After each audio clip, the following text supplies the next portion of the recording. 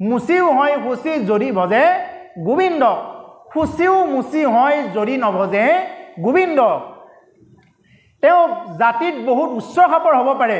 যদি তেও গোবিন্দক নভজে যদি গোবিন্দ নাম নলয় তেতিয়াহ'লে কি হ'ব তেওঁৰ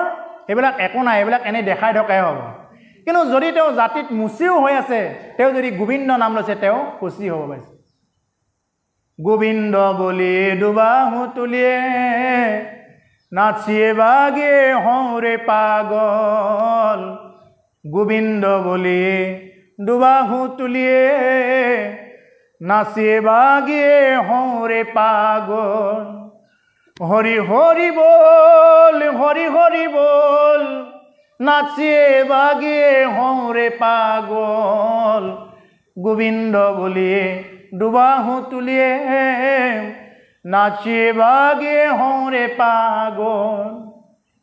বাংলা ভাষাত এইটো কীৰ্তন আছে ইমান সুন্দৰ কীৰ্তন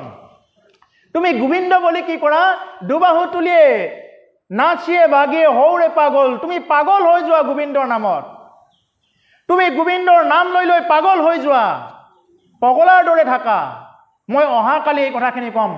হৰিদাস নামৰ সেই গুৰুজনৰ যি এজন মুছলমান ধৰ্মৰ মানুহ হয় তেও আজি জগত পূজ্য হৰিদাস তেওঁৰ যদি কোনোবাই নাম স্মৰণ কৰে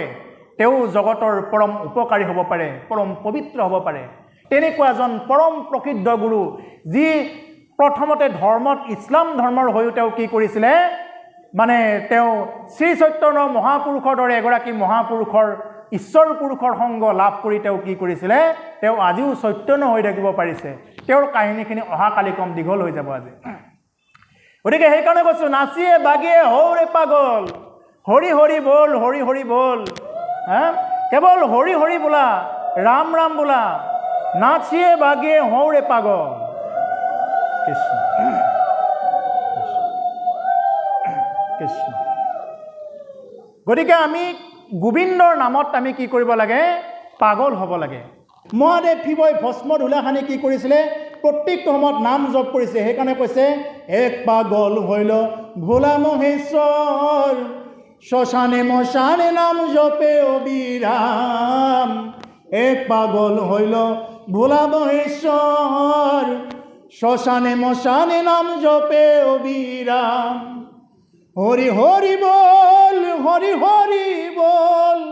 নাচিয়ে বাগিয়ে হৌরে পাগল গোবিন্দ বলিয়ে দুবাহু তুলিয়ে নাচিয়ে বাগিয়ে হৌরে পাগল। আকৌ নাৰদমণিক দেখুৱাইছে, নাৰদো তেনেকুৱা বিনা জপ কৰি কৰি পাগলাৰ নিচিনা বিনা, এনেকুৱা পগলা নহয় আকৌ, সেই পগলা হৰি নামত পাগল মাতাল তেওঁলোক, কেৱল বিনাৰ জপত কেৱল হৰি নাম হৰে ৰাম হৰে কৃষ্ণ হৰে ৰাম তেওঁলোকে কি কৰি থাকে, জপ কৰি থাকে।